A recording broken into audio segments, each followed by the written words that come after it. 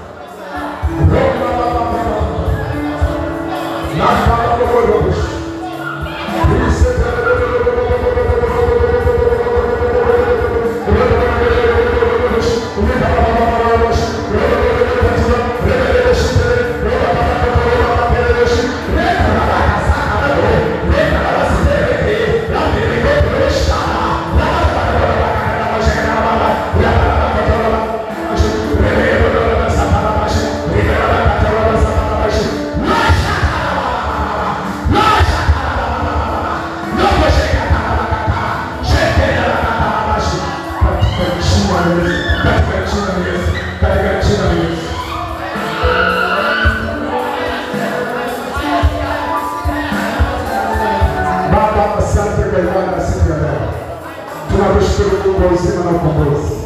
Wewe katikati yetu Baba. Tunaita na kutoka hapa. Asante kwa neema yako. Asante kwa ukuu wako. Asante kwa mamlaka yako. Asante kwa ushindi wako. Tunakushukuru Bwana. Mungu aijalie sana ya kwako. Na Mungu mwingine. Sema kwa Mungu mwingine. Tunajua na kujibu maombi. Najua naenda kuinua kanisa hili. Naenda kuinua, naenda kufanya matajiri. Naenda kutembea na upanga na miujiza. Bwana unijalie chakula cha watoto hawa. Mafanikio ni sehemu ya baraka zetu Kumbukumbu la Torati 28. Kama tukitika tembea na baraka Mungu. Utakulinda ndio kwa hapa. Tupate mahali hapa. Mitego yote na ratiba zote za mapepo zinavunjwa na ratiba za Roho Mtakatifu. Tuwekani ratiba za Roho Mtakatifu. Ulinzi wa Roho Mtakatifu. Uponyaji wa Roho Mtakatifu. Ushindi wa Roho Mtakatifu. Hekima ya Roho Mtakatifu. Funika mtoto wako. Kutia maombi ya Mungu kajibu maombi. Asante kama tunaendelea kuondoka kama malaika katika njia tulizopita. Tunatoka katika ibada hapa Kisakuni. Kwa maombi zaidi kwa wiki hii. Tunaomba wewe Baba katika jina la Yesu. Tunakuomba Bwana Yesu tena kwa usiku. Ukatuponye usiku karibu wiki nzima. Tunaomba mkono wako vitu vyote vya kufanya maeneo mbalimbali. Tunakutana watu wapagani wasiokujua wewe. Tunakutana marafiki. Sehemu ambayo shetani ameandaa kwanza. Ameandaa uharibifu, ameandaa chuki, ameandaa hasara. Wewe Roho Mtakatifu na Mungu mzima. Ukaponye na kuepusha yote. Tuchako na mliombaya. Pamoja na jambo loka Baba. Na wiki ijayo Bwana anasema magari. Ukaponye na kutunza Baba. Na kuondoka Baba. Yes. Nani katika Yesu nasema pokea sifa. Pokea utukufu na mamlaka. Katika jina la Yesu. Mungu akubariki. Mungu akubariki. Bashikeni. Mungu akubariki.